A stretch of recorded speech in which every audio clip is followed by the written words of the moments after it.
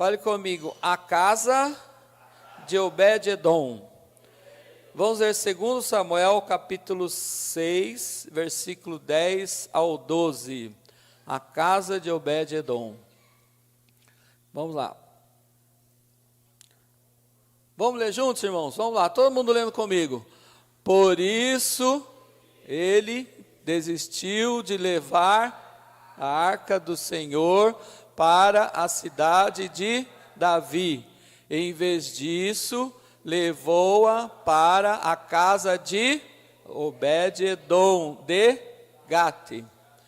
A arca do Senhor ficou na casa dele por 3 meses. E o Senhor o abençoou e a toda a sua família. E disseram ao rei Davi: o Senhor tem abençoado a família de Obed-edom e tudo o que ele possuía, por causa da arca de Deus. Então Davi, com grande festa, foi à casa de Obed-edom e ordenou que levassem a arca de Deus para a cidade de Davi. Olha só, irmãos, a arca naquele tempo do rei Davi, eu estive lá em Israel, conheci a cidade de Davi, e até hoje é do mesmo jeito que era, porque tem uma parte de Jerusalém que é moderna, que tem metrô, que tem hotéis, né, que tem toda a modernidade, essa parte nova de Jerusalém. Mas tem a parte antiga de Jerusalém, que lá está a cidade de Davi, e está exatamente como era quando estava lá o rei Davi. Eu estive lá, conheci esse lugar, e naquela época a arca, ela simbolizava a presença de Deus. Fale comigo, a arca simboliza a presença de Deus. Quando a arca chegava numa casa, era uma alegria, era uma festa, porque a arca chegava e ali estava o quê? Fale comigo, a presença de Deus. Então a presença de Deus, a glória de Deus, estava na casa de Obed-edom. E diz a palavra que ele prosperou em tudo. Diz a palavra que a mulher dele era estéril, e ela esteve, no 2º mês, ela teve a gravidez, ela teve filho, porque a presença de Deus estava na casa de Obed-edom. Digam glória a Deus. Fale assim, é muito importante. Fale assim, é muito importante a presença de Deus na minha casa. Quando a glória de Deus está na sua casa, quando o nome do Senhor é exaltado na sua casa, ali acontecem milagres. E esse milagre foi um deles, da mulher de Obed-edom, que era estéril, ficar grávida no 2º mês, porque foram 3 meses. Fale comigo, 3 meses. 3 meses a arca ficou na casa de Obed-edom. E houve prosperidade, eles começaram a prosperar em tudo, quando a arca de Deus estava lá nesses 3 meses. Mas teve um homem chamado Abinadab. Fale comigo, Abinadab. É meio difícil de falar, né? Meio complicado, mas o nome dele é Abinadab. Na casa dele, a arca não prosperou. Por quê? Porque ele estava desligado de Deus. Ele não adorou o Senhor. Ele não recebeu a arca com alegria. 1 Samuel capítulo 7, versículo 1, versículo 2 e versículo 7. Vamos ver o que diz. Os homens de Quiriate-Jearim vieram para levar a arca do Senhor. Eles a levaram para a casa de Abinadab, na colina, e consagraram seu filho Eleazar para guardar a arca do Senhor. Versículo 2. A arca permaneceu em Quiriate-Jearim muito tempo, foram 20 anos. Quanto tempo? 20 anos a arca ficou na casa de Abinadab. E todo o povo de Israel buscava o Senhor com súplicas. Versículo 7. Quando os filisteus souberam que os israelitas estavam reunidos em Mispá, os governantes dos filisteus saíram para atacá-los. Quando os israelitas souberam disso, ficaram com medo. Então, olha, nesse tempo que Abinadab não adorou e não creu, ele ficou desligado do Senhor. Então a arca lá não fez efeito. E houve um ataque dos filisteus, houve uma guerra dos filisteus. É um tempo difícil, um tempo terrível para os israelitas. Por que aconteceu isso lá? Porque esse Abinadab ficou 20 anos com a arca na casa dele.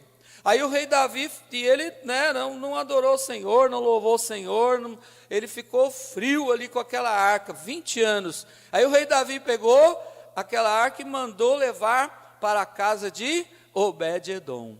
Só que Obed-edom, ele com a sua família começou a adorar o Senhor, começou a glorificar o Senhor. Nós vamos ver aqui em seguida como foi a atitude de Obed-edom com a arca, que significa a glória de Deus, a presença de Deus na casa dele. Vamos ver o que aconteceu. 1 Crônicas, capítulo 13, versículo 14. Vamos ver o que aconteceu. 3 bênçãos aconteceram. Qual foi a primeira bênção?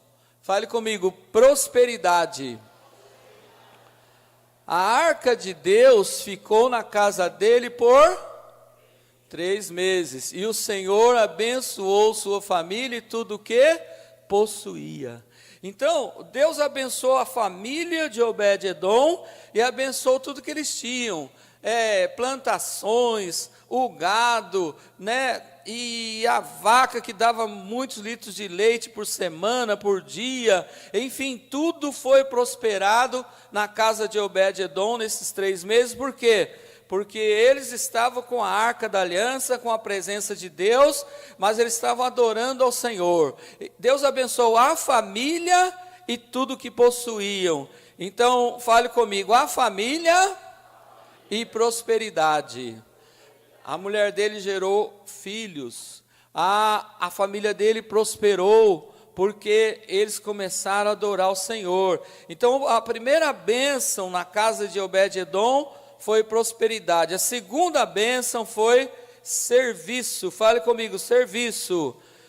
1 Crônicas, capítulo 16, versículo 38. Também deixou Obed-edom e seus 68 parentes para ministrarem com eles. E Obed-edom, filho de Jedutum, e também Osa foram porteiros. Fale comigo, porteiros. Então, Obed-edom, eles tinham um serviço na casa de Deus. Eles foram porteiros, diz a palavra do Senhor. Então, eles trabalhavam na obra do Senhor, trabalhavam na casa de Deus.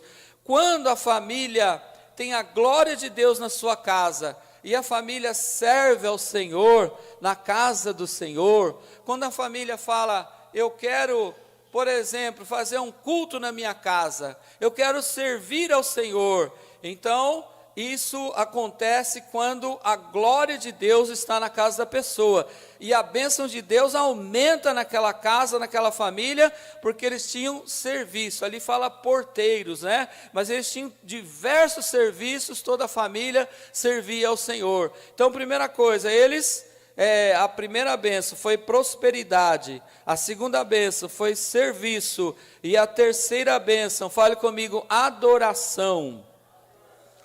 1 Crônicas 16, 5. Vamos ler juntos aqui o que fala sobre adoração. Todos juntos lendo comigo agora.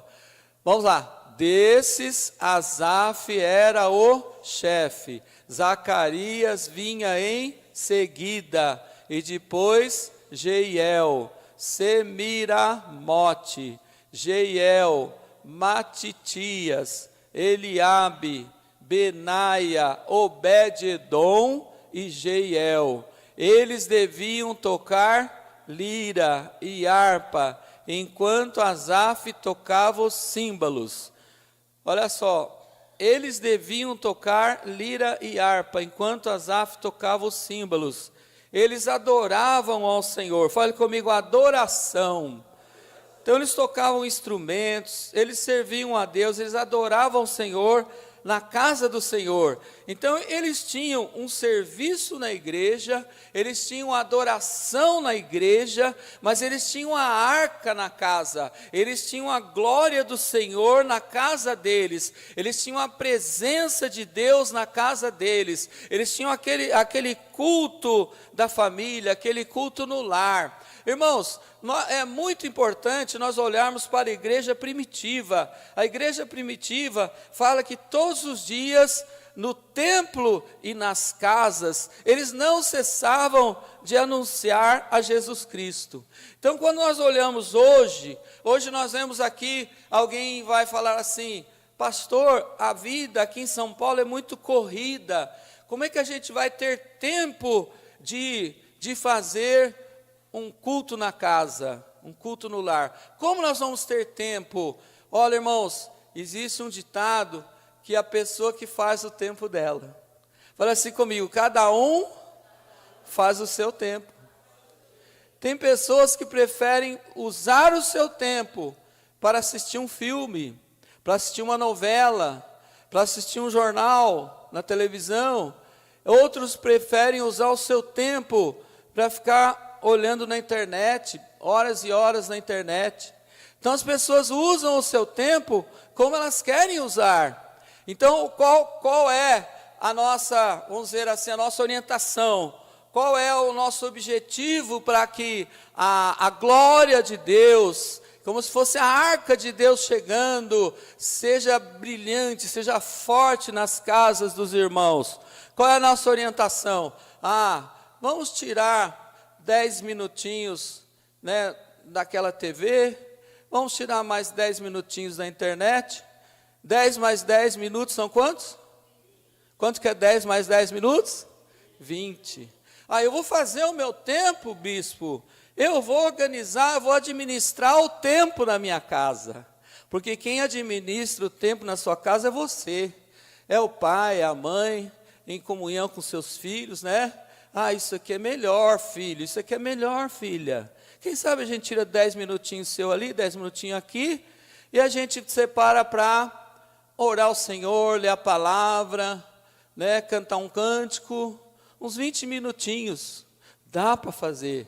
Amém, irmãos? Dá para fazer. Nós estamos na programação aí, dia 17, quinta-feira, desse mês de outubro. Nós já estamos com uma programação de fazer cultos nas casas. Tem já uma irmã aqui que é líder, a nossa irmã Rafaela, ela já faz tempo que ela faz pela internet, o culto com as pessoas da internet. Então, ela já fez esses dias atrás, ela falou: pastor, eu, em vez de fazer na internet, vou fazer nas casas. E ela fez. Hoje acho que ela não está aqui hoje, ela vai testemunhar isso ainda. E ela falou assim: pastor, agora dia 17 já está marcado. Em vez de fazer na internet, nós vamos fazer nas casas dessas pessoas que fazem pela internet. Então, ela já tem casas marcadas para a gente fazer. Digam glória a Deus. Mas nós estamos abrindo a oportunidade para na quinta-feira, dia 17 de outubro, às 20 horas, mais pessoas que queiram fazer. Por quê? É um culto de 20 minutos. Quanto tempo, irmãos? 20 minutos. É cantar um cântico, é ler um trechinho da palavra e orar com a família. Se quiser alguns amigos ali junto para evangelizar, é bom. Então, preste bem atenção. O tempo é corrido, tem gente que estuda, que trabalha, é uma correria tremenda, mas sempre tem tempo para olhar na internet, sempre tem tempo para assistir um filme, assistir um programa de televisão. É ou não é verdade, irmãos? Sim ou não? Hoje eu vejo os psicólogos ensinando os pais como educar os filhos através de olhar na internet. Quem já viu isso aí? Já viram isso? Perguntando para o psicólogo, psiquiatra: como é que eu faço, doutor, doutora? Porque meu filho é adolescente, minha filha, e fica olhando o tempo todo. Não sei o que ele vê lá na internet, fica lá, de noite. Então, olha só, o que nós estamos querendo ensinar aqui, irmãos? Colocar a palavra de Deus na vida dos seus filhos. Quem crê nisso, diga amém. Colocar a palavra de Deus na sua família. tirar um pouco dessa parte. Tem coisa boa na internet, sim. Tem cursos, tem ensino, tem coisas boas na internet. Tem muita coisa boa, mas tem muita coisa ruim também. Então nós vamos pegar um tempinho de cada um e vamos adorar o Senhor na nossa casa. Quem crê nisso, diga glória a Deus. Eu me lembro que, uns tempos atrás, a gente tinha uma caixinha de promessa, e antes de almoçar, meus pais falavam assim, cada um pega um versículo desse, né, uma promessa. Vamos dar uma promessa, os filhos, cada um lia um. Minha avó lia, minha mãe, meu pai, minhas irmãs liam um versículo da palavra. Agora tal filho vai fazer oração, o pai vai fazer oração, a mãe vai fazer oração, agora vamos almoçar. Era um costume que tinha na família. Irmãos, se hoje é corrido, não consegue reunir a família, vamos combinar, vai ter uma hora que vai estar todo mundo lá, e vamos fazer o culto na casa, o culto no lar. Digam glória a Deus. Esse que a igreja marca, nós vamos sempre estar marcando, por quê? Porque é uma oportunidade de alguém falar assim, ô pastor, eu não tenho jeito para falar com a minha família, mas dá para ir uma irmã diaconisa, dá para o pastor enviar um obreiro da igreja, dá para enviar um diácono. O pastor vai enviar, e o pastor vai instruir esse irmão que vai na casa, que terminou a reunião, ele vai embora. Aqueles 20 minutos ali que ele vai cantar, orar, falar a palavra, fazer o apelo para aceitar Jesus como Salvador, ele vai fazer os 20 minutos e vai embora. Ele não vai lá para tomar o tempo, vai ter um lanche, não, nada de lanche, nada de café, nada de comida, irmãos. É um irmão que vai fazer 20 minutos de culto na casa. Digam glória a Deus. E aí ele vai embora, a vida continua naquela família. Porque o pastor vai orientar quem vai lá fazer o culto. Amém? Amém?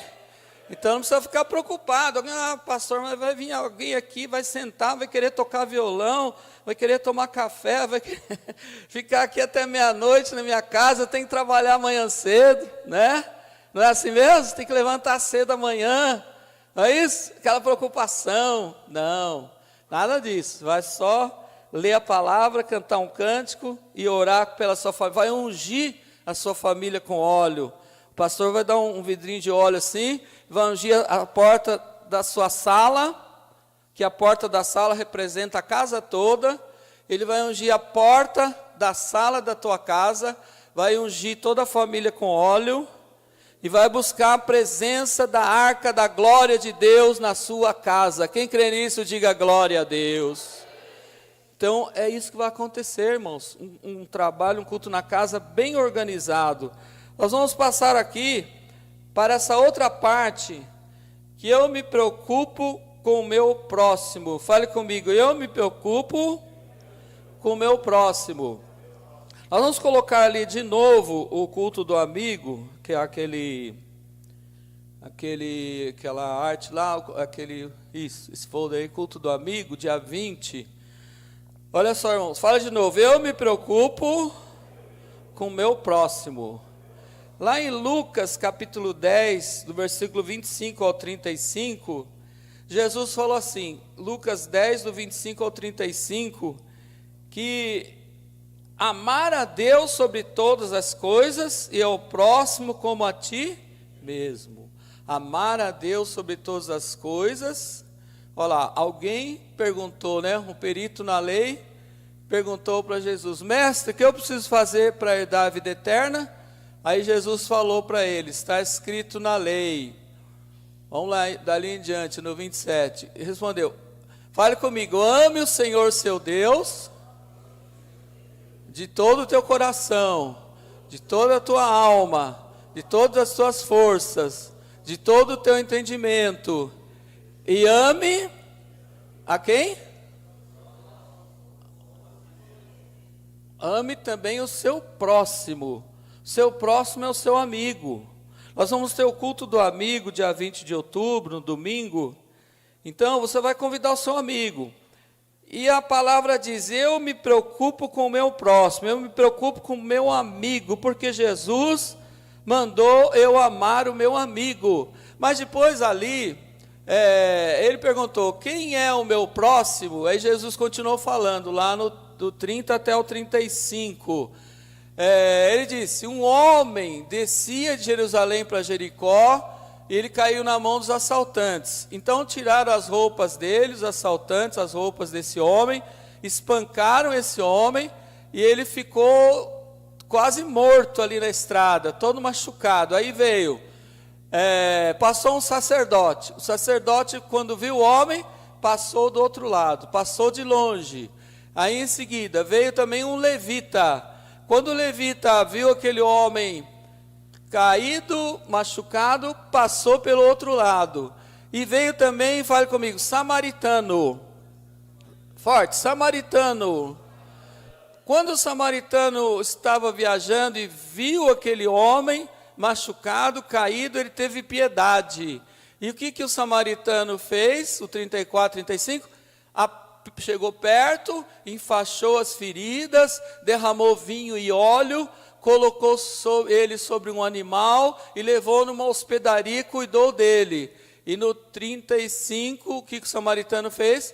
No dia seguinte deu 2 denários, que eram dinheiro para o hospedeiro, o dono da hospedaria, e disse: cuide dele, quando eu voltar eu vou pagar todas as despesas que você tiver. Então o samaritano, ele se preocupou com o próximo, ele socorreu aquele homem que estava caído e machucado.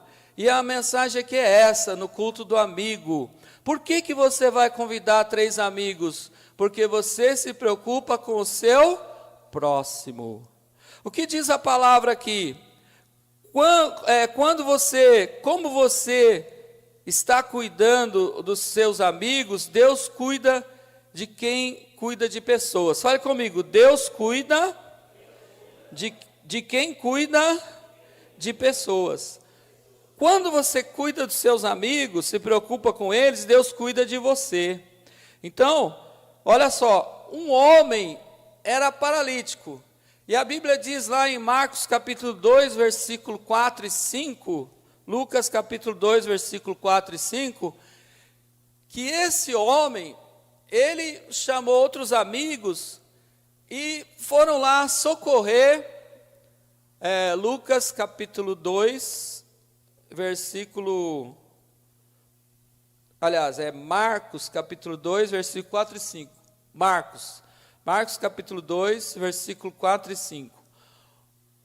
Olha, um homem que estava paralítico, eles não podiam levar até Jesus, ele pegou alguns amigos lá, e eles carregaram aquele homem, e como a casa estava cheia de gente, eles removeram a parte da cobertura, do telhado, da casa onde Jesus estava, e eles amarraram a cama daquele homem, levantaram ele até o telhado, e baixaram a maca, né, até onde estava deitado o paralítico, em que estava deitado o paralítico. Eles amarraram, baixaram ali aquele paralítico amarrado, e Jesus, vendo a fé que eles tinham, Jesus disse ao paralítico: os seus pecados estão perdoados. Jesus levou primeiro a salvação da alma àquele homem, depois Jesus curou aquele paralítico.